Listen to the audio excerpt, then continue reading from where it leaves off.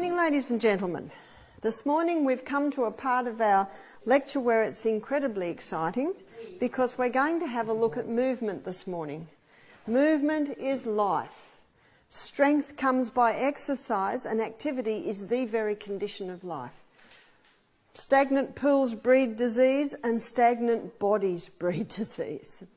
And we've come to a time in Earth's history where people don't actually need to move that much because we've got cars and buses and trains and planes and vacuum cleaners and automatic washing machines, and people don't even use elbow grease to wash the showers now. They just use sharp chemicals. And because activity is not a necessary part of most people's lives, many people are getting sick because their bodies are not moving.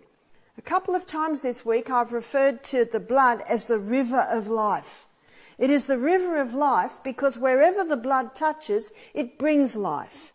It brings nutrition, it brings water, it brings oxygen, and it takes away waste from every single part of the human body to every absolute extremity. One of the problems is when the body's not moving as it should, that river of life doesn't reach the extremities quite like it should. I'm amazed at the amount of people, even young people, tell me they always got cold feet. What does cold feet mean? There's no river of life down there because the river of life is warm. So any part of the body that's cold, it's an indication the river of life's not getting there. And if the river of life is not getting there, death can start to happen in those parts of the body. Early in the week we looked at the kidneys. And we looked at how many people are experiencing cold kidneys because they're not wearing enough clothing in that area. That's when those little nephrons start to die because the river of life is not reaching them. And you know what the farmer does with the little lamb? Puts a little tight ring around the top of the tail. And it takes, I think, a couple of weeks and the tail falls off. Why does the tail fall off? There's no river of life. Anything that you can do to ensure a proper delivery of the river of life to every single part of your body means healing to that part of the body because the blood is the healer. And perfect health requires perfect circulation. Perfect circulation means my toes are as warm as every other part of my body. But what usually happens in the night when you're sleeping, everything slows down a little bit, and we're glad because as we slow down, that's when the body starts to revive and recharge. But the river of life slows down to a nice quiet pace. So when you wake up in the morning, the blood tends to have pooled in the internal organs. And the best time to exercise is in the morning because it brings that blood right out to the extremities and basically sets up a pace for your body to run at all through the day. So even if you're going to be sitting most of the day, the fact that you've done an early morning workout means you've actually raised the rate. You've set a pace that the body will run at through the day. For exercise to be a powerful healing remedy, it must be done in the morning and it must be done regularly. This is called frequency. Frequency means done frequently. God designed that this living machinery be in daily activity, and in that activity is its preserving power. For exercise to be a preservative, it must be done frequently. All the experts agree. You won't hear me say that much, but they do agree on one thing. Half an hour's exercise a day will keep the body in good working order. That's your maintenance program. Have you ever seen a house that hasn't been maintained? When we came into this health retreat here, it was not a health retreat when we came to it. In fact, the first time we walked into this building, I thought it looked like a sickness retreat. It had not been maintained. All the draining areas were all blocked up.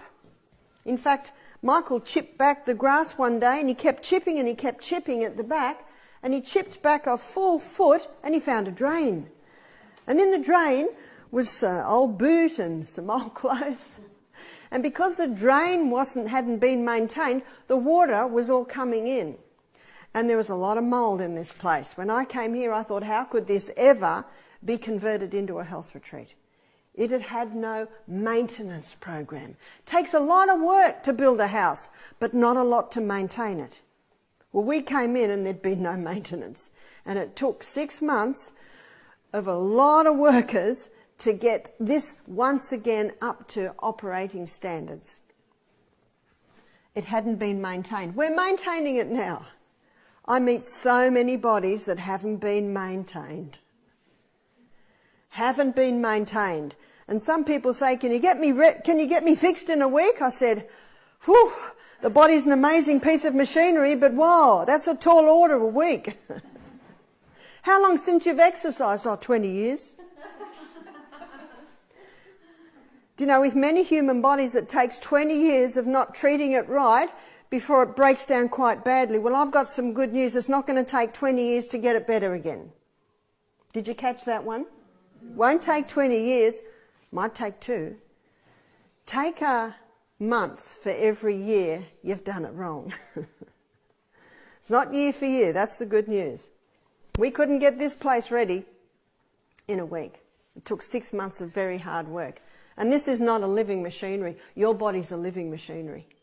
And the miracle of the human body is what some bodies survive, considering the conditions they've been given.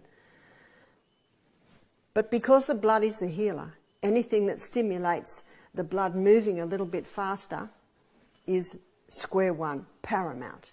Half an hour's exercise a day will keep the body in good working order. That's your maintenance dose. 1 hour's exercise a day will reverse major problems. What sort of problems? You name it. Start at the tip of your toe and go up to the tip of your head. And any problems in any area of the body, take a 1 hour exercise a day to get a reversal of major problems. Did you hear about the old Aussie farmer? Happened about 30 years ago. Michael said it was in the news again recently. Been given 6 months to live. I think he was in his late 60s. He had cancer. In his distress, he just put a few belongings into a wheelbarrow and decided to walk. He's going to walk around Australia. And he walked, and he walked, and he walked. It took him 2 years. How long did he have to live? 6 months. When he got back, he felt fantastic. He felt vibrant. His body was not walking like this anymore. It was almost sprinting. And the energy that it took to sprint was less than the energy when he first started out just to walk. But one of the best ways to get that brain working a little bit better is to exercise. Exercise is vital. It's the very condition of life. More people rust out than wear out. This amazing human body is different to any other machinery. The more you work it, the stronger it gets, the more efficient it gets, and the stronger that heart gets, and the more efficient that heart beats. It's almost like your bank account. You put a little bit in your bank account every day, within a year or 2 or 5 years, you got a nice sum of money. It's exactly the same with exercise. You put a little bit in every day by your morning exercise, you have a look in a year or 2, and you'll be amazed at how strong your body is. I just do half-hour exercise a day containing always approximately 20-minute aerobic. I don't consider that I am peak fitness, but I would consider that I was average fitness. And I did a walk one day up a huge mountain, hour and a half walking like this. And in the team we had, one of the guys was about 35 and he had all those little machines monitoring your heart rate and your breathing. And we got 3/4 of the way up and he's monitoring it. And he said, "Let me have a look at yours." And he looked at mine and he went, "You're one fit woman." I was actually better than him and he was 35. You see, it's just such a simple thing. When your body's fit and running well, it's like you're driving a Rolls Royce of a body. How nice to live in a body that works. It's got nothing to do with age. It's got nothing to do with genetics. It's all, and that's the same with your bank.